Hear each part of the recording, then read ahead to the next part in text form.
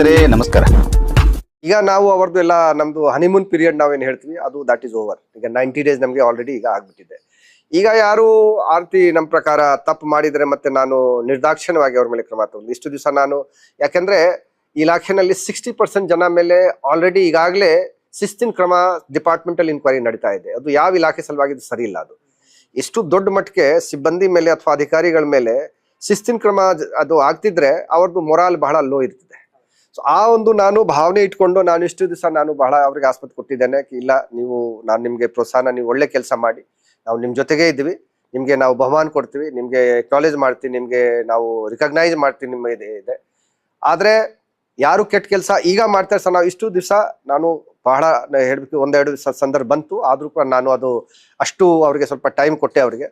ಅದು ಈಗ ನಾವು ಏನಿದೆ ಬಹಳ ಸೀರಿಯಸ್ಲಿ ನಾವು ತಗೊಳ್ಬೇಕಾಗತ್ತೆ. ಯಾಕಂದ್ರೆ 3 ತಿಂಗಳ ನಂತರ ಕೂಡ ತಮ್ಮ ಅವರು ವರ್ತನೆಯಲ್ಲಿ ಅವ್ರದ್ದು ಕಾರ್ಯವೈಖರಿ ಅವ್ರದ್ದು ಬದಲಾವಣೆ ಆಗಿಲ್ಲ ಕೆಲವು ಸಿಬ್ಬಂದಿದ್ದು. ಮತ್ತೆ ನಮ್ಮ ಪ್ರಕಾರ ನಾವು ನಮ್ಮ ಕಾಲಕ್ಕೆ ಅವ್ರಿಗೆ ನಮ್ಮ ಇಲಾಖೆಯಲ್ಲಿ ಅವ್ರು ಇರಬಾರ್ದು, ನಾನು ಇರಬೇಕು ಅಥವಾ ಅವರು ಇರಬೇಕು, ಅಷ್ಟೇ ಇದೆ. ಕರೆಕ್ಟ್. ಸ್ನೇಹಿತರೆ ನಮಸ್ಕಾರ. ರಾಜ್ಯದಲ್ಲಿ ಅತ್ಯಂತ ದಕ್ಷ ಮತ್ತು ಕಟ್ಟುನಿಟ್ಟಿನ ಪೊಲೀಸ್ ಅಧಿಕಾರಿ ಅಂತ ಹೆಸರು ಮಾಡಿರ್ತಕ್ಕಂಥ IPS ಅಧಿಕಾರಿ ಅಲೋಕ್ ಕುಮಾರ್ ಅವರು ಯಾವಾಗ ಕಾರಾಗೃಹದ DGP ಆಗಿ ಅಧಿಕಾರ ವಹಿಸಿಕೊಂಡ್ರು ಆವಾಗಲೇ ಎಲ್ಲ ರಾಜ್ಯದ ಎಲ್ಲ ಕಾರಾಗೃಹಗಳ ಜೈಲು ಸಿಬ್ಬಂದಿಗೆ ನಡುಕ ಆರಂಭ ಆಗಿರುವಂಥದ್ದು. ಯಾವಾಗ ಎಲ್ಲಿ ಏನು ಕ್ರಮ ಕೈಗೊಳ್ತಾರೋ, ಯಾರನ್ನು ಸಸ್ಪೆಂಡ್ ಮಾಡ್ತಾರೋ, ಏನು ಕತೆಯೋ ಅನ್ನೋದು ವಿಚಿತ್ರವಾದಂಥ ಭಯ ಆ ಜೈಲಧಿಕಾರಿಗಳಿಗೆ ಬಂದಿತ್ತು ಸ್ನೇಹಿತರೆ. ಸೊ ಈ ಭ್ರಷ್ಟ ಜೈಲಧಿಕಾರಿಗಳು ಅಂದ್ಕೊಂಡಂತನ ಅಲೋಕ್ ಕುಮಾರ್ ಅವರು ಕಳೆದ 3 ತಿಂಗಳ ಹಿಂದೆ ಈ DGP ಆಗಿ ಏನು ಅಧಿಕಾರ ವಹಿಸ್ಕೊಂಡ್ರು ಆವಾಗಿಂದ ಅವರು ಮೊನ್ನೆ ರೀಸೆಂಟಾಗಿ ಒಂದು ಯೂಟ್ಯೂಬ್ ಚಾನಲ್ ಥರ್ಡ್ ಐಗೆ ಸಂದರ್ಶನ ಕೊಟ್ಟಿದ್ರು. ಆ ಸಂದರ್ಶನದಾಗ ಅವ್ರು ಹೇಳಿದರು, ನಮ್ಮದಂತೆ ಹನಿಮೂನ್ ಪೀರಿಯಡ್ ಮುಗೀತು, 3 ತಿಂಗಳ ಹನಿಮೂನ್ ಪೀರಿಯಡ್ ಮುಗೀತು, ಇನ್ನೇನಿದ್ರು ಕ್ರಮ ಕೈಗೊಳ್ಳೋದೆ, ಒಂದು ಜೈಲಧಿಕಾರಿಗಳ ವಿರುದ್ಧ ಕ್ರಮ ಕೈಗೊಳ್ಳೋದನ್ನು ನಮ್ಮ ಮುಂದಿನ ಲಕ್ಷ್ಯ ಅಂತ ಹೇಳಿರುವಂಥದ್ದು ಸ್ನೇಹಿತರೆ. ಈ ನಿಟ್ಟಿನಾಗ ಅವರು ಎಲ್ಲಿಂದ ಆರಂಭ ಮಾಡಿದ್ರು? ಮೊದಲನೇದಾಗಿ ರಾಜ್ಯದಲ್ಲಿ ಹೆಸರು ಮಾಡಿರ್ತಕ್ಕಂಥ ಅತಿ ಹೆಚ್ಚು ನಟೋರಿಯಸ್ ಕ್ರಿಮಿನಲ್ಸ್ಗಳನ್ನು ಇಟ್ಕೊಂಡಿರ್ತಕ್ಕಂಥ ಇತಿಹಾಸ ಪ್ರಸಿದ್ಧ ಇಂಡಿಲಗ ಜೈಲಿನ ಮತ್ತು ಧಾರವಾಡ ಜೈಲಿನಿಂದಲೇ ಆರಂಭ ಮಾಡಿದರು ಅಂತ ಹೇಳುವಂಥದ್ದು ಸ್ನೇಹಿತರೆ. ಹಾಗಾದ್ರೆ ಅವ್ರು ಏನು ಮಾಡಿದರು, ಏನು ಕತೆ ಅಂಥೇಳಿ ನಮಗೆಲ್ಲ ವಿಚಿತ್ರ ಕುತೂಹಲ ಇರುವಂಥದ್ದು ಸ್ನೇಹಿತರೆ. ಶತಮಾನ ಕಂಡಂಥ ಬೆಳಗಾವಿ ಇಂಡಿಲಗ ಜೈಲು ಬಗ್ಗೆ ನಿಮಗೆಲ್ಲ ಗೊತ್ತಿರುವಂಥದ್ದು ಸಂಗತಿ. ಶತಮಾನೋತ್ಸವ ಆಗಿ ಹೋತು. ಈಗೆಲ್ಲ ಹಿಂದಕ್ಕೆಲ್ಲ ರಾಜ್ಯದಲ್ಲೇ ಸ್ವಾತಂತ್ರ್ಯ ಯೋಧರನ್ನು ತಂದಿಡುವಂಥ ಜೈಲು ಯಾವುದಾಗಿತ್ತು? ಇಂಡಿಲಗ ಜೈಲಾಗಿತ್ತು. ಆನಂತರ ರಾಜಕೀಯ ಕೈದಿಗಳಾಯ್ತು. ಈಗಂತೂ ಅತಿ ಹೆಚ್ಚು ಕ್ರಿಮಿನಲ್ಗಳನ್ನು ತುಂಬಿರುವಂಥ ಜೈಲು ಯಾವುದಾದ್ರೂ ಇದ್ರೆ, ರಾಜ್ಯದಾಗ ಅತಿ ಹೆಚ್ಚು ಕೈದಿಗಳನ್ನು ಇಟ್ಕೊಂಡಿರೋಂಥ ಜೈಲು ಯಾವುದಾದ್ರೂ ಇದ್ರೆ ಅದು ಇಂಡಿಲಗ ಜೈಲು ಅಂತ ಹೇಳುವಂಥದ್ದು ಸ್ನೇಹಿತರೆ. ಈ ಜೈಲಿನಾಗ ಎಂತೆಂಥವ್ರು ದಾರ ಅಂತೀರಿ, ನಿಮಗೆ ಆಶ್ಚರ್ಯ ಆಗ್ತೈತಿ. ನೀವೆಲ್ಲ ಪೇಪರ್ದಾಗ ಓದಿರ್ತೀರಿ, ಕೇಳಿರ್ತೀರಿ, ಮತ್ತು ಮರೆತಿರ್ತೀರಿ. ಎಂತೆಂಥವ್ರು ದಾರ ಅಂದ್ರೆ ಇಂಟರ್ನ್ಯಾಷನಲ್ ಡಾನ್ ಆಗಿರ್ತಕ್ಕಂಥ ಬಣ್ಣಂಜಿ ರಾಜ ಇದ್ದಾರೆ. ಆಮೇಲೆ ಕಾರವಾರದ ಹಿಂದೂ ಗ್ಯಾಂಗ್ ಐತಿ, ಇಸ್ಲಾಂ ಮೂಲಭೂತವಾದಿಗಳ ಗ್ಯಾಂಗ್ ಐತಿ. ಆಮೇಲೆ ಬೆಂಗಳೂರಿನ ಪರಪ್ಪನ ಜೈಲಿನಾಗ ಬರ್ತ್ಡೇ ಆಚರಿಸ್ಕೊಂಡಲ್ಲ, ಇಲ್ಲಿಗೆ ಶಿಫ್ಟ್ ಆಗಿರ್ತಕ್ಕಂಥ ಗುಬ್ಬಿ ಸೀನ, ಇವರೆಲ್ಲ ಅಂಡರ್ ವರ್ಲ್ಡ್ ಡಾನ್ಗಳಿದ್ದಂಗೆ. ಬೆಂಗಳೂರಿನ ಡಾನ್ಗಳಿದ್ದಂಗೆ ಅವ್ರು ಡಾನ್ ಕೆಲಸನ ಮಾಡ್ತಾರೆ. ವಸೂಲಿ, ಮರ್ಡರ್ ಮಾಡೋದು, ಹಪ್ತಾ ವಸೂಲಿ, ಇದೆಲ್ಲ ಕೆಲಸ ಇವ್ರನ್ನೆಲ್ಲ ಇಲ್ಲಿ ತಂದು ಹಾಕಿದ್ದಾರೆ. ಪರಪ್ಪನಗರದಿಂದ ತಂದು ಇಲ್ಲಿ ಹಾಕಿದ್ದಾರೆ. ಹಂಗೆ ನಿಮಗೆ ಗೊತ್ತಿರುವಂಥದ್ದು ಏನಂದ್ರೆ, ಮೊನ್ನೆ ದರ್ಶನ್ ಅವ್ರ ಜೊತೆ ಕುರ್ಚಿ ಮೇಲೆ ಕೂತು ಪರಪ್ಪನ ಜೈಲಿನಾಗ ಟೀ ಕುಡಿಯತ್ತಿದ್ರಲ್ಲ, ರಾಜಾರೋಷವಾಗಿ ಸಿಗರೇಟ್ ಸೇದೋದು, ಟೀ ಕುಡಿದು ಮಾಡತ್ತಿದ್ರಲ್ಲ, ಆವಾಗ ವಿಲ್ಸನ್ ಗಾರ್ಡನ್ ಇವರು ಇವತ್ತಿನ DCM DK ಶಿವಕುಮಾರ್ ಆಪ್ತರು ಹೌದು, ಅವ್ರನ್ನೂ ಕೂಡ ಇಲ್ಲೇ ತಂದು ಹಾಕಿದ್ದಾರೆ. ಎಲ್ಲಿ? ಬೆಳಗಾವಿ ಇಂಡಿಲಗ ಜೈಲಿನೊಳಗೆ. ಅದ್ರ ಜೊತೆಗೆ ಶಿವಮೊಗ್ಗ ಚರ್ಚ್ ಬ್ಲಾಸ್ಟ್ನ ಆರೋಪಿಗಳು, ಟೆರರಿಸ್ಟ್ ಗ್ಯಾಂಗ, ಬಚ್ಚನ್ನ, ಆಮೇಲೆ ಆಲ್ ಖೈದಾ ಗ್ಯಾಂಗ, ಆಮೇಲೆ ದಂಡುಪಾಳ್ಯ ಗ್ಯಾಂಗ, ಸೈನೈಡ್ ಮಲ್ಲಿಕಾ ಅಂತ ಹೆಸರು ಕೇಳಿದ್ರಲ್ಲ ನೀವೆಲ್ಲ, ಈಗೆಲ್ಲ ಹಿಂದೆ ದಶಕಗಳ ಹಿಂದೆ ಕೇಳಿದ್ರೆ ಆ ಆರೋಪಿನೂ ಇಲ್ಲೇ ಇದ್ದಾರೆ. ಟೈಗರ್ ಗ್ಯಾಂಗ, ಈ ಸತೀಶ್ ಜಾರಕಿಹೊಳಿಯವ್ರನ್ನ ಮರ್ಡರ್ ಮಾಡ್ತೀವಿ ಅಂಥೇಳಿ ಸಫಾರಿ ತೊಗೊಂಡಂಗೆ ಮಾಡಿ ನಡಕ್ಕೆ ಹವಾಗಿತ್ತಲ್ಲ, ಕೇಳಿದ್ರಲ್ಲ ನೀವು, ಆ ಇದ್ರ ಗ್ಯಾಂಗ ಯಾವುದು? ಟೈಗರ್ ಗ್ಯಾಂಗ್ ಕೂಡ ಇಲ್ಲೇ ಇರುವಂಥದ್ದು ಸ್ನೇಹಿತರೆ. ಒಟ್ಟಿನಲ್ಲಿ ಎಲ್ಲಿ ಇರ್ತಕ್ಕಂಥ ರಾಜ್ಯದಲ್ಲಿರ್ತಕ್ಕಂಥ ಅತಿ ನಟೋರಿಯಸ್ ಕ್ರಿಮಿನಲ್ಗಳು ಏನೇನಿದಾರೋ ಅವರೆಲ್ಲ ಬೆಳಗಾವಿ ಇಂಡಿಲಗ ಜೈಲಿನಲ್ಲಿ ಇರುವಂಥದ್ದು. ಅದಕ್ಕಾಗಿ ಈ ಕೇಂದ್ರ ಕಾರಾಗೃಹ ರಾಜ್ಯದಲ್ಲಿ ಹೆಸರುವಾಸಿಯಾಗಿರುವಂಥದ್ದು. ಹೆಂಗೆ ಬೆಳಗಾವಿ ರಾಜಕೀಯವಾಗಿ ಹೆಂಗೆ ಪ್ರಸಿದ್ಧ ಆಗೈತೆಯೋ ಹಾಗೆ ಕ್ರಿಮಿನಲ್ಸ್ಗಳ ಸಲುವಾಗಿಯೂ ಕೂಡ ಬೆಳಗಾವಿ ಜಿಲ್ಲೆ ಹೆಂಡಲಗ ಜೈಲ ಹೆಸರು ವಾಸಿಯಾಗಿರುವಂಥದ್ದು ಸ್ನೇಹಿತರೆ. ಈ ಸ್ಟ್ರಕ್ಚರ್ ಕೊಟ್ಟಂಗೆ ಆತು ನಿಮ್ಗೆ, ಜೈಲಿನಾಗ ಯಾರ್ಯಾರ್ದಾರು ಅನ್ನೋದ್ರಾಗ ಸಂಕ್ಷಿಪ್ತವಾಗಿ ಹೇಳಿದಂಗೆ ಆಯ್ತು.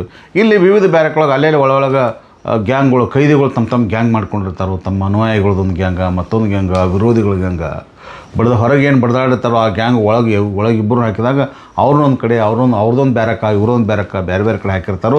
ಸಂದರ್ಭ ಸಿಕ್ಕಾಗ ಅವ್ರು ಒಬ್ರಿಗೊಬ್ರಿಗೆ ಎತ್ತಿ ಕಟ್ತಾರೋ, ಗ್ಯಾಂಗ್ ವಾರ ಆಗೇ ಆಗಿಬಿಡ್ತೈತಿ. ಅಂಥದ್ರಾಗ ಜೈಲಿನ ಅಧಿಕಾರಿಗಳು ಏನು ಮಾಡ್ಬೇಕಾಗತ್ತೆ, ಅದನ್ನೆಲ್ಲ ತಪ್ಪಿಸೋ ಸಲುವಾಗಿ ಮುಂಜಾಗ್ರತೆ ಕ್ರಮ ಕೈಗೊಳ್ಬೇಕಾಗತ್ತೆ. ಅಲ್ಲಿ ಹೆಚ್ಚು ಸಿಬ್ಬಂದಿಗಳನ್ನು ನಿಯೋಜಿಸೋದನ್ನಾಗಲಿ ಇವನ್ನೆಲ್ಲ ಮಾಡಬೇಕಾಗತ್ತೆ.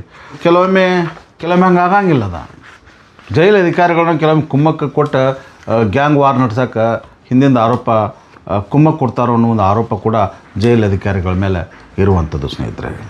ಈ ನಟೋರಿಯಸ್ ಕೈದಿಗಳನ್ನು ತುಂಬಿರ್ತಕ್ಕಂಥ ಈ ಜೈಲಿನೊಳಗೆ ಅಧಿಕಾರಿಗಳಿಗೂ ಕೂಡ ತಿಂಗಳಿಗೆ ಲಕ್ಷ ಗಂಟಲೆ, 2 ಲಕ್ಷ ಗಂಟಲೆ, 3 ಲಕ್ಷ ಗಂಟಲೆ ಈ ಕೈದಿಗಳಿಂದ ಮಾಮೂಲು ಪಡಿತಾರಂತ. ಯಾಕೆ ಪಡಿತಾರಂದ್ರೆ ಈ ಒಳಗಡೆನ ಇದ್ದುಕೊಂಡ ಈ ನಟೋರಿಯಸ್ ಕ್ರಿಮಿನಲ್ಗಳು ಹೊರಗಡೆ ಜಗತ್ತಿನಲ್ಲಿಗೆ ಬೆದರಿಸೋದಾಗಲಿ, ಸುಪಾರಿ ತಗೋದಾಗಲಿ, ಅಂಜಿಸಿ ಹಪ್ತಾ ವಸೂಲಿ ಮಾಡೋದಾಗಲಿ, ಕಿಡ್ನ್ಯಾಪ್ ಮಾಡಿಸೋದಾಗಲಿ ಒಳಗೆ ಕೂತ ಮಾಡ್ತಿರ್ತಾರೆ ಆರೋಪಿಗಳೆಲ್ಲ.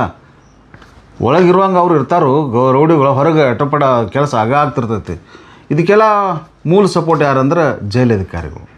ಜೈಲಧಿಕಾರಿಗಳಿಗೆ ಇದಕ್ಕಾಗೇನೆ ಇವ್ರು ತಿಂಗಳ ಮಾಮೂಲು ಲಕ್ಷ ಗಂಟಲೆ ಮಾಮೂಲು ಕೈದಿಗಳು ಕೊಡ್ತಾ ಇರ್ತಾರಂತ ಸುದ್ದಿ ಇರುವಂಥದ್ದು ಸ್ನೇಹಿತರೆ. ಈ ಹಿನ್ನೆಲೆಯೊಳಗೆ ಅವ್ರು ಕುಮ್ಮಕ್ಕ ಕೊಟ್ಟಿದ್ದರಿಂದನೇ ಅವ್ರು ಅಲ್ಲಿ ಆ್ಯಕ್ಟಿವ್ ಆಗಿರ್ತಾರೋ, ಸಪ್ರೇಟ್ ಬ್ಯಾರೆಕ್ ಮಾಡ್ಕೊಂಡಿರ್ತಾರೋ, ತಮಗೇನು ಸೌಲಭ್ಯ ಎಲ್ಲ ಮಾಡ್ಕೊಂಡಿರ್ತಾರೋ, ತಮಗೇನು ಬೇಕಾ ತಿನ್ನೋದಾಗಲಿ ಮಾಡೋದಾಗಲಿ ಎಲ್ಲ ಫೋನ್ ಸಹಿತ ಅಲ್ಲಿ ಒಳಗೆ ಅಲಾವ್ ಇರ್ತೈತೆ ಅಂದ್ರೆ ನೀವು ಅರ್ಥ ಮಾಡಿಕೊಡ್ರಿ ಯಾವ ರೀತಿ ಜೈಲು ಅಧಿಕಾರಿಗಳು ಕೂಡ ಅಡ್ಜಸ್ಟ್ ಆಗಿರ್ತಾರೋ. ಇಲ್ಲೊಂದು ಮಾತು ಬರ್ತೈತಿ, ಜೈಲು ಅಧಿಕಾರಿಗಳು ಒಂದು ಕಡೆ ಮಾತು ಹೇಳ್ತಾರೆ. ಏನಂದ್ರೆ ಇದ್ರ ಬಗ್ಗೆ ಭಾಳ ನಾಲೆಜ್ ಇದ್ದಂಥ ಒಬ್ಬ ಆಫೀಸರ್ಸ್ ಹೇಳ್ತಾರೆ. ಏನು ಹೇಳ್ತಾರಂದ್ರೆ, ಪೊಲೀಸ್ ಡಿಪಾರ್ಟ್ಮೆಂಟ್ ಇದ್ದಾಗ ಪೊಲೀಸರಿಂದ ಹಿಡ್ಕೊಂಡು PSI, ಪೊಲೀಸ್ ಕಾನ್ಸ್ಟೇಬಲ್ ಹಿಡ್ಕೊಂಡು PSI, CPI, DSP ಇವರೆಲ್ಲ ಇರ್ತಾರಲ್ಲ, ಇವ್ರಿಗೆ ಮಾಮೂಲು ಈಸಿಯಾಗಿ ಸಿಗ್ತಿರ್ತೈತೆ ಅಂತ. ಈ ಸಿಟಿ ಒಳಗೆ ಅಂಗಡಿಗಳಿಂದಾಗಲಿ, ಬಾರ್ ಅಂಗಡಿಗಳಿಂದಾಗಲಿ, ವಿವಿಧ ಅಂಗಡಿಗಳಿಂದಾಗಲಿ ತಾವಾಗೇ ಬಂದು ಬೀಳ್ತಿರ್ತೈತೆ ಅಂತ. ಅದಕ್ಕೆ ಅಲ್ಲಿ ಅವ್ರದ್ದು ಜೈಲೊಳಗೆ ಈ ಅವಕಾಶ ಇರೋಂಗಿಲ್ಲ, ಮಾಮೂಲು ಬಂದು ಬೀಳ್ತಾ ಇರೋಂಗಿಲ್ಲ. ಅವ್ರು ಮಾಮೂಲು ಪಡಿದನ ಈ ಕೈದಿಗಳನ್ನು ಭೇಟಿಯಾಗ ಅವರಿಂದ ಅಥವಾ ವಿವಿಧ ಫೆಸಿಲಿಟಿ ಕೊಡೋದ್ರಿಂದ ಅಲ್ಲೆಲ್ಲ ಅವ್ರು ಮಾಮೂಲು ತೆಗೆದುಕೊಳ್ತಾ ಇರ್ತಾರೋ. ಅವ್ರಿಗೆ ಏಕೈಕ ಸೋರ್ಸ್ ಅಂದ್ರೆ ಕಳ್ಳ ದಾರಿಯಲ್ಲಿ ಹಣ ಗಳಿಸುವ ಏಕೈಕ ದಾರಿ ಅಂದ್ರೆ ಈ ಮಾಮೂಲು ತೆಗೆದುಕೊಳ್ಳೋದು, ಆ ಕೈದಿಗಳಿಗೆ ಬೇಕಾದ ಸೌಲಭ್ಯನ ಒದಗಿಸ್ಕೊಡೋದು, ಅವ್ರಿಗೆ ಫೋನ ಮತ್ತಿತರ ಎಲ್ಲ ವಿವಿಧ ಸೌಲಭ್ಯಗಳನ್ನ ಒದಗಿಸಿಕೊಟ್ಟು ನಾವು ಮಾಮೂಲು ಪಡಿತಾರೋ ಅಂತ ಹೇಳುವಂಥದ್ದು ಸ್ನೇಹಿತರೆ. ಮತ್ತು ಪೊಲೀಸರಿಗೆ ಅವ್ರಿಗೆ ಡಿಫ್ರೆನ್ಸ್ ಅಂದರೆ ಇದೇ ಇರೋದು. ಪೊಲೀಸರಿಗೆ ಸಾಕಷ್ಟು ಮಾಮೂಲು ತೆಗೆದುಕೊಳ್ಳೋಕೆ ಅವಕಾಶ ಇರ್ತೈತಿ. ಪೊಲೀಸ್ ಕಾನ್ಸ್ಟೇಬಲ್ ಹೋದ್ರೆ ಸಾಕು, ಅವರು ಸಿಟಿ ಒಳಗೆ ಒಂದು ರೌಂಡ್ ಹೊಡೆದ್ರೆ ಸಾಕು ಅವಾಗ ಮಾಮೂಲು ಬರ್ತೈತಿ. ಅಲ್ಲಿ ಜೈಲಧಿಕಾರಿಗಳಿಗೆ, ಜೈಲಿರ್ತಕ್ಕಂಥ ವಾರ್ಡರ್ಗಳಿಗೆ ಈ ಸೌಲಭ್ಯ ಇರ್ತಲ್ಲ, ಅದಕ್ಕಾಗಿ ನಾವು ಅಲ್ಲಿ ಪಡಿತೀವಿ ಅಂತ ಹೇಳುವಂಥದ್ದು ಸ್ನೇಹಿತರೆ. ಆದರೆ ಹೊರಗಡೆ ಜಗತ್ತಿನೊಳಗೆ ಕ್ಷಣದ ಮೈಂಡನ್ನು ಕಂಟ್ರೋಲ್ ಮಾಡದೇ ಇರುವಂಥ ಸಂದರ್ಭದಲ್ಲಿ ಆಗಿ ಹೋದಂಥ ಘಟನೆಗಳು ಅಂದರೆ ಕ್ರಿಮಿನಲ್ ಘಟನೆಗಳಿಂದ ಸುಧಾರಿಸೋ ಸಲುವಾಗಿ ಸರ್ಕಾರ ಅಂತ ಕೋರ್ಟ್ ಇದ್ದದೇನೆ ಸುಧಾರಿಸಿ ಹೊಸ ಮನುಷ್ಯ ಆಗಿ ಬರಲಿ ಅಂತೇಳಿ ಜೈಲಿಗೆ ಕಳಿಸ್ತಿರ್ತಾರೆ. ಬಟ್ ಆ ಜೈಲೊಳಗೆ ಸಿಬ್ಬಂದಿಗಳು ತಮ್ಮ ದುಡ್ಡಿನ ಆಸೆಗೆ ಅವ್ರ ಜೊತೆ ಶಾಮೀಲಾಗಿ ಕೆಲಸ ಮಾಡೋದ್ರಿಂದ ಅವರು ಸುಧಾರಿಸಿ ಬರೋದಿಲ್ಲ, ಮತ್ತಷ್ಟು ನಟೋರಿಯಸ್ ಕ್ರಿಮಿನಲ್ಗಳಾಗಿ ಹೊರಗೆ ಬರ್ತಾರೋ. ಅಧಿಕಾರಿಗಳು ದುಡ್ಡು ಏನೋ ತೊಗೋತಾರೋ, ಬಟ್ ಅಲ್ಲಿ ಮೂಲ ಉದ್ದೇಶ ಅದು ಈಡೇರಂಗಿಲ್ಲ. ಸೊ ಇಲ್ಲಿ ಏನಾಯ್ತಪ್ಪ ಅಂದ್ರೆ, ಎಲ್ಲಿ ಬೆಳಗಾವಿ ಹಿಂಡಲ್ಗ ಜೈಲಿನಾಗ ಏನಾಯ್ತಂದ್ರೆ ಇತ್ತೀಚೆಗೆ ಆಗಲೇ ಹೇಳಿದಾಗ ದೊಡ್ಡ ಗ್ಯಾಂಗ್ ವಾರ್ ನಡೆದಿತ್ತು. ಗ್ಯಾಂಗ್ ವಾರದಾಗ ಅದನ್ನು ತಪ್ಪಿಸ್ಬೇಕಾದಂಥ ಅಧಿಕಾರಿ ಒಂದು ಗ್ಯಾಂಗಿಗೆ ಸಪೋರ್ಟ್ ಕೊಟ್ಟು ಮತ್ತಷ್ಟು ಅದು ಭೀಕರ ಆಗುವಂಗೆ ನೋಡಿಕೊಂಡ. ಇದ್ರ ಬಗ್ಗೆ, ಈ ಘಟನೆ ಬಗ್ಗೆ ಏನಾಗಿತ್ತು ಅಂದರೆ, ವಿಶೇಷವಾಗಿ ಈ DGP ಅಲೋಕ್ ಕುಮಾರ್ ಬಂದ ಕೂಡಲೇ ಎಲ್ಲ ರಾಜ್ಯದಲ್ಲಿರ್ತಕ್ಕಂಥ ಪ್ರಮುಖ ಕಾರಾಗೃಹಗಳು ಏನಿದಾವು ಅಲ್ಲಿವೆಲ್ಲ ಫುಟೇಜನ್ನು ಈ CCTVಗಳು ಡೈರೆಕ್ಟ್ ಲಿಂಕ್ ಕೇಂದ್ರ ಆಫೀಸ್ನಾಗ ಇಟ್ಕೊಂಡಿದ್ದಾರೆ. ಅವ್ರು ಅಲ್ಲೇ ನೋಡ್ಬೋದು ಯಾವ ಬ್ಯಾರೆಕ್ನಾಗ ಯಾವ CC ಕ್ಯಾಮ್ರಾದಾಗ ಹೆಂಗೆ ನಡೀತಿ, ಯಾರು ಆಫ್ ಮಾಡ್ಯಾರು, ಯಾರು ಚಾಲೂ ಐತಿ, ಯಾವ ಸಿಬ್ಬಂದಿಗಳು ಅಲ್ಲಿ ಹೋಗಿ ಭೇಟಿ ಆಗತ್ತಾರೋ, ಕ್ರಿಮಿನಲ್ಗಳು ಭೇಟಿ ಆಗತ್ತಾರೋ ಅನ್ನೋದನ್ನ ಅವರ ಅಲ್ಲಿ ಅಬ್ಸರ್ವ್ ಮಾಡ್ಬೋದಾಗಿತ್ತು. ಹಿಂಗೆ ಇದು ಅಬ್ಸರ್ವ್ ಆದದ್ದು, ಅದನ್ನು ನೋಡಿದ್ದಾರೆ. ಈ ಘಟನೆ ಆದದನ್ನು ಮತ್ತು ವಿರೋಧ ಪಾರ್ಟಿ ಒಳಗೆ ಇವರು ಇರ್ತಾರಲ್ಲ, ಕೈದಿಗಳು ಇರ್ತಾರಲ್ಲ, ಅವರು ಕೈದಿಗಳು ಇದನ್ನೆಲ್ಲ ಬಹುಶಃ ಈ ಗ್ಯಾಂಗ್ ವಾರ್ ಆದದ್ರ ಬಗ್ಗೆ, ಇವರು ಸಪೋರ್ಟ್ ಮಾಡಿದ್ರ ಬಗ್ಗೆ ಅವರಿಗೆ ಸುದ್ದಿ ಮುಟ್ಟಿಸಿದ್ರಂತ. ತಕ್ಷಣ ಏನು ಎತ್ತ ನೋಡಿ ಅಲೋಕ್ ಕುಮಾರ್ ತಮ್ಮ ಕೆಲಸ ಶುರು ಮಾಡಿಕೊಂಡ ಬಿಟ್ರಂತೆ. ಏನೂ ಮಾಡಿಲ್ಲ. ಇಲ್ಲಿಯ ಜೈಲು ಚೀಫ್ ಸೂಪರಿಂಟೆಂಟ್ ಆಗಿರ್ತಕ್ಕಂಥ ಈ ಕೃಷ್ಣಮೂರ್ತಿ ತಕ್ಷಣ ಟ್ರಾನ್ಸ್ಫರ್ ಮಾಡಿ ಅವ್ರಿಗೆ ಗೊತ್ತಿರಲಿಲ್ಲ, ಸಿ ಕೃಷ್ಣಮೂರ್ತಿಗೆ ಗೊತ್ತಿರಲಿಲ್ಲ ಅಂತ ಟ್ರಾನ್ಸ್ಫರ್ ಮಾಡಿ ಓದ್ಬಿಟ್ರು. ಮೊನ್ನೆ ದಿವಸ ಟ್ರಾನ್ಸ್ಫರ್ ಆಗಿ ಹೋಯ್ತು. ಸಂಜೆಗೆ ಅಂದರೆ ಸ್ಟ್ಯಾಂಡಪ್ ಪಾರ್ಟಿನೂ ಆಗಿ ಹೋಯಿತು. ಅಂದ್ರೆ ನಾವು ಇಂಥದನ್ನು ಸಹನ ಮಾಡ್ಕೊಳಂಗಿಲ್ಲ. ನಮ್ಮ ಹನಿಮೂನ್ ಪೀರಿಯಡ್ ಮುಗ್ದೈತಿ. ಒಂದು ಜೈಲೊಳಗೆ ಭ್ರಷ್ಟ ಅಧಿಕಾರಿಗಳು ಇರಬೇಕು, ಇಲ್ಲ ನಾನಿರಬೇಕು ಅನ್ನುವ ಏನು ಇದನ್ನು ಹೊತ್ತಿದಾರ ಕೊಟೇಶನ್ ಹೇಳಿದರು ಯಾರು ಅಲೋಕ್ ಕುಮಾರ್ ಅವರು, ಅದನ್ನು ಅಕ್ಷರಶಃ ಇಲ್ಲಿ ಜಾರಿ ಮಾಡಿದರು ಅಂತ ಹೇಳುವಂಥದ್ದು ಸ್ನೇಹಿತರೆ. ಯಾಕಂದರೆ ಇಂಡಲ್ಗಾ ಜೈಲಿನಾಗ ಗಾಂಜಾ ಕೂಡ ಇದ್ರಾಗ ಕಂಪೌಂಡ್ನಾಗ ಬೀಳ್ತಿತ್ತು. ಆಮೇಲೆ ಇದೇ ಇಂಡಲ್ಗಾ ಜೈಲಿನಿಂದ ಕೇಂದ್ರ ಸಚಿವರಾಗಿರ್ತಕ್ಕಂಥ ನಿತೀಶ್ ಗಡ್ಕರಿ ಅವ್ರಿಗೂ ಕೂಡ ಧಮ್ಕಿ ಫೋನ್ ಹೋಗಿದ್ದು. ಅಂದರೆ ನೀವು ರೊಕ್ಕ ಕೊಡಿದಾರೆ ನಿಮ್ಗೆ ಧಮ್ಕಿ ಮುಗಿಸ್ತೀವಿ ಅಂಥೇಳಿ ಎಲ್ಲಿಂದ ಹೋಗಿತ್ತು, ಇಂಡಲ್ಗಾ ಜೈಲಿನಿಂದ ಹೋಗಿತ್ತು. ಮತ್ತು ಆ ಗಾಂಜಾ ಕೂಡ ಕಂಪೌಂಡ್ ಒಳಗೆ ಬಿದ್ದಿತ್ತು ಅನ್ನುವಂಥ ಸುದ್ದಿ ಕೂಡ ಇತ್ತೀಚೆಗೆ ಚಾನಲ್ನಲ್ಲಿ ಸುದ್ದಿವಾಹಿನಿಯೊಳಗೆ ಪ್ರಸಾರ ಆಗಿತ್ತು. ಈ ಎಲ್ಲ ಹಿನ್ನೆಲೆ ಒಳಗೆ ಮತ್ತು ಇದೊಂದು ಈ ಗ್ಯಾಂಗ್ ವಾರ್ಗೆ ಸಪೋರ್ಟ್ ಮಾಡಿದ ಹಿನ್ನೆಲೆ ಒಳಗೆ ಈ ಎಲ್ಲ ಸಿಬ್ಬಂದಿಗಳು ಇವ್ರ ಜೊತೆಯಾಗಿ ಯಾರಿಗೆ ಕ್ರಿಮಿನಲ್ ಜೊತೆ ಕೂಡಿದಾರ ಇಲ್ಲಿ ಶಾಮೀಲಾಗಿ ಮೂಲ ಉದ್ದೇಶನ ಜೈಲುವಿನ ಮೂಲ ಉದ್ದೇಶ ಯಾಕಂದ್ರೆ ಅವ್ರು ಬಂಗ್ ಥರ ಅಂತ ತಿಳ್ಕೊಂಡು ಅಲೋಕ್ ಕುಮಾರ್ ಅವರು ತಕ್ಷಣ ಅವ್ರಿಗೆ ಇಲ್ಲಿ ಚೀಫ್ ಸೂಪರಿಂಟೆಂಟ್ ಆಗಿರ್ತಕ್ಕಂಥ ಸಿ ಕೃಷ್ಣಮೂರ್ತಿ ಅವರನ್ನು ತಕ್ಷಣ ಟ್ರಾನ್ಸ್ಫರ್ ಮಾಡಿದರು. ಅಂದರೆ ಮೊದಲ ಇದು ಬಲಿ ಅಂತ ಹನಿಮೂನ್ ಪೀರಿಯಡ್ ಮುಗಿದಾದ ಮೇಲೆ ಅಲೋಕ್ ಕುಮಾರ್ ತೆಗೆದುಕೊಂಡ ಕ್ರಮದ ಮೊದಲ ಬಲಿ ಅಂದರೆ ಬೆಳಗಾವಿ ಇಂಡಲ್ಗಾ ಜೈಲಿನ ಚೀಫ್ ಸೂಪರಿಂಟೆಂಟ್ ಆಗಿರ್ತಕ್ಕಂಥ ಈ ಕೃಷ್ಣಮೂರ್ತಿ ಅಂತ ಹೇಳ್ಬೋದು ಸ್ನೇಹಿತರೆ. ಇವರಿಗೆ ತಕ್ಷಣ ಮುಂದೆ ಪೋಸ್ಟಿಂಗ್ ತೋರಿಸಲಿ ಇವ್ರು ನೀವು ಆಫೀಸಿಗೆ ಎಲ್ಲೇ ಕೇಂದ್ರಕ್ಕೆ ಆಫೀಸಿಗೆ ರಿಪೋರ್ಟ್ ಮಾಡ್ಕೋರು, ಅಲ್ಲಿ ಯಾವುದಾದ್ರು ಕೆಲಸ ಟೇಬಲ್ ಕೆಲಸ ಕೊಡ್ತು ಏನಾದ್ರು ಕೊಡ್ತು ಅಂತೇಳಿ ಮಾಡಿರುವಂಥದ್ದು ಸ್ನೇಹಿತರೆ. ಇನ್ನೊಂದು ಇದು ಒಂದು ಲೆಕ್ಕ ಆದರೆ ಬೆಳಗಾವಿ ಕತೆ ಇದಾದ್ರೆ ಧಾರವಾಡದ ಇನ್ನೊಂದು ಕತೆ, ಧಾರವಾಡದ ಕೇಂದ್ರ ಕಾರಾಗೃಹದ ಇನ್ನೊಂದು ಕತೆ ಏನಂದ್ರೆ ಅಲ್ಲಿ ಕಾರಾಗೃಹದೊಳಗೆ ಯೂಶ್ವಲಿ ಇಲ್ಲಿ ಹೇಳ್ದಂಗೆ ಇಲ್ಲಿ ಹಂಗೆ ಅಲ್ಲೂ ಆಗಿತ್ತಂತ. ಅಲ್ಲಿ ಒಳಗಿರ್ತಕ್ಕಂಥ ಕೈದಿಗಳು ತಮಗೆ ಬೇಕಾದ ಸಾಮಾನುಗಳನ್ನು ಏನದು ನಿಷೇಧಿತ ಗಾಂಜಾ, ತಂಬಾಕು, ಗುಟ್ಕ, ಆಮೇಲೆ ಇವೆಲ್ಲ ಒಳಗೆ ಪ್ರೊಹಿಬಿಟೆಡ್ ಐತಿ ಜೈಲೊಳಗೆ. ಅಂಥದನ್ನೆಲ್ಲ ಅವರು ಸಿಬ್ಬಂದಿಗಳನ್ನ ಕೈದಿಗಳು ತರ್ಸಕ್ಕೆ ಕೊಟ್ಟಿದಾರೋ. ಹಂಗೆ 3 ಸಿಬ್ಬಂದಿಗಳು ಕೂಡಿ ಒಂದು ಆಟೋ ಡ್ರೈವರ್ ನಡ್ಕೊಂಡು ಆ ಸಾಮಾನುಗಳನ್ನೆಲ್ಲ ಜೈಲೊಳಗೆ ತೆಗೆದುಕೊಂಡು ಹೋಗ್ತಾ ಇದ್ರಂತ ಈ ಫುಟೇಜನ್ನು ನೋಡಿದಂಥ ಕೇಂದ್ರ ಕಚೇರಿಯವರು ಅಂದರೆ ಜೈಲಿನ ಕಾರಾಗೃಹದ ಕೇಂದ್ರ ಕಚೇರಿ ಬೆಂಗಳೂರಲ್ಲಿತ್ತು. ಅವರೆಲ್ಲ ತಕ್ಷಣ ಇಲ್ಲಿ ಚೀಫ್ ಜೈಲರ್ಗೆ ಕ್ರಮ ಕೈಗೊಳ್ಳೋಕೆ ಆದೇಶ ನೀಡಿದಂಥ ತಕ್ಷಣ ಧಾರವಾಡದ ಚೀಫ್ ಸೂಪರಿಂಟೆಂಟ್ ಅವರು ಆ 3 ಮಂದಿ ಸಿಬ್ಬಂದಿಗಳನ್ನು ತಕ್ಷಣ ಸಸ್ಪೆಂಡ್ ಮಾಡಿ ಅವ್ರ ವಿರುದ್ಧ ಧಾರವಾಡದ ಸಬ್ ಅರ್ಬನ್ ಪೊಲೀಸ್ ಸ್ಟೇಷನ್ದಾಗ ಕೇಸ್ ದಾಖಲು ಮಾಡಿದರು ಅನ್ನುವಂಥದ್ದು ಸ್ನೇಹಿತರೆ. ಆಮೇಲೆ ಇವರು ಸಾಕ್ಷ್ಯ ನಾಶ ಮಾಡೋ ಸಲುವಾಗಿ ಆ ಫುಟೇಜನ್ನು ನಾಶ ಮಾಡೋಕ್ಕೂ ಪ್ರಯತ್ನ ಮಾಡಿದರು ಅಂತ ಆರೋಪ ಆ 3 ಮಂದಿ ಜೈಲು ವಾರ್ಡರ್ಸ್ ಅಂದರೆ ಸಿಬ್ಬಂದಿಗಳ ಮೇಲೆ ಇರುವಂಥದ್ದು ಸ್ನೇಹಿತರೆ. ಇಷ್ಟು ದಿವಸ ಏನಾಗ್ತಿತ್ತು ಅಂದರೆ ಸಿಬ್ಬಂದಿಗಳು ಇಂಥವೇನಾದ್ರು ತಪ್ಪು ಕೆಲಸ ಮಾಡ್ಯಾರಂದ್ರೆ ಅವ್ರಿಗೆ ಶಿಕ್ಷೆ ಅಂತ ಅಮಾನತು ಮಾಡ್ತಿದ್ರು.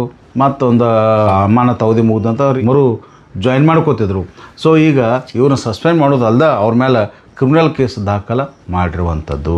ಒಂದು ವೇಳೆ ಕೇಸ್ ಏನಾದ್ರೆ ಆರೋಪಿಗಳ ವಿರುದ್ಧ ಏನಾದ್ರು ಬಂದರೆ ಅವರು ನೌಕರಿಂದ ಡಿಸ್ಮಿಸ್ ಆಗುವಂಥದ್ದು ಮತ್ತು ಅವರೇ ಉಸ್ತುವಾರಿ ಮಾಡ್ಕೊಂಡಂಥ ಅವರೇ ಉಸ್ತುವಾರಿ ಇರ್ತಕ್ಕಂಥ ಜೈಲಿನೊಳಗೆ ಅವರ ಕೈದಿಯಾಗಿ ಬರುವಂಥ ಸಂದರ್ಭ ಬಂದಿರುವಂಥದ್ದು ಸ್ನೇಹಿತರೆ. ಸೊ ಇಷ್ಟಕ್ಕೆಲ್ಲ ಕಾರಣ ಏನಂದ್ರೆ ಜೈಲು ಪಾಲಾಗಿರ್ತಕ್ಕಂಥ ಅಥವಾ ಜೈಲುಗಳಲ್ಲಿರ್ತಕ್ಕಂಥ ಕೈದಿಗಳನ್ನು ಸುಧಾರಿಸಲು ನಿರ್ಧಾರ ಮಾಡಿರ್ತಕ್ಕಂಥ DGPಯ ಹಠದಿಂದಾಗಿ ಅಂತ ಹೇಳಿದರೆ ತಪ್ಪಾಗಲಿಕ್ಕಿಲ್ಲ ಅಂತ ಹೇಳುವಂಥದ್ದು ಸ್ನೇಹಿತರೆ. ಅಂದರೆ ಇವೆಲ್ಲ ಘಟನೆ ಆಗಲಿಕ್ಕೆ, ಈ ಸಸ್ಪೆಂಡ್ ಆಗಲಿಕ್ಕೆ, ಕೇಸ್ ದಾಖಲಾಗಲಿಕ್ಕೆ ಏನು ಕಾರಣ ಅಂದ್ರೆ ಕಾರಾಗೃಹದ ಏನು DGPದವರು ಅಲೋಕ್ ಕುಮಾರ್ ಅವರು ಜೈಲು ಸುಧಾರಣೆ ಮಾಡೋಕ್ಕೆ ನಮ್ಮ ಪ್ರಯತ್ನ ಮಾಡ್ತೀವಿ ಅಂತೇನು ಹೇಳಿದ್ರು, ಅದನ್ನು ಜಾರಿ ಮಾಡೋಕ್ಕೇನು ಹೊಂಟರು. ಆ ಕಾರಣದಿಂದಾಗಿ ಇದೆಲ್ಲ ನಡೆದಿರುವಂಥದ್ದು ಸ್ನೇಹಿತರೆ. ಇಲಾಖೆಯೊಳಗೆ ನಾನಿರಬೇಕು ಇಲ್ಲ ಭ್ರಷ್ಟ ಅಧಿಕಾರಿಗಳು ಇರಬೇಕು ಅಂಥೇಳಿ ಅವರೇನು ಹೇಳಿದರು.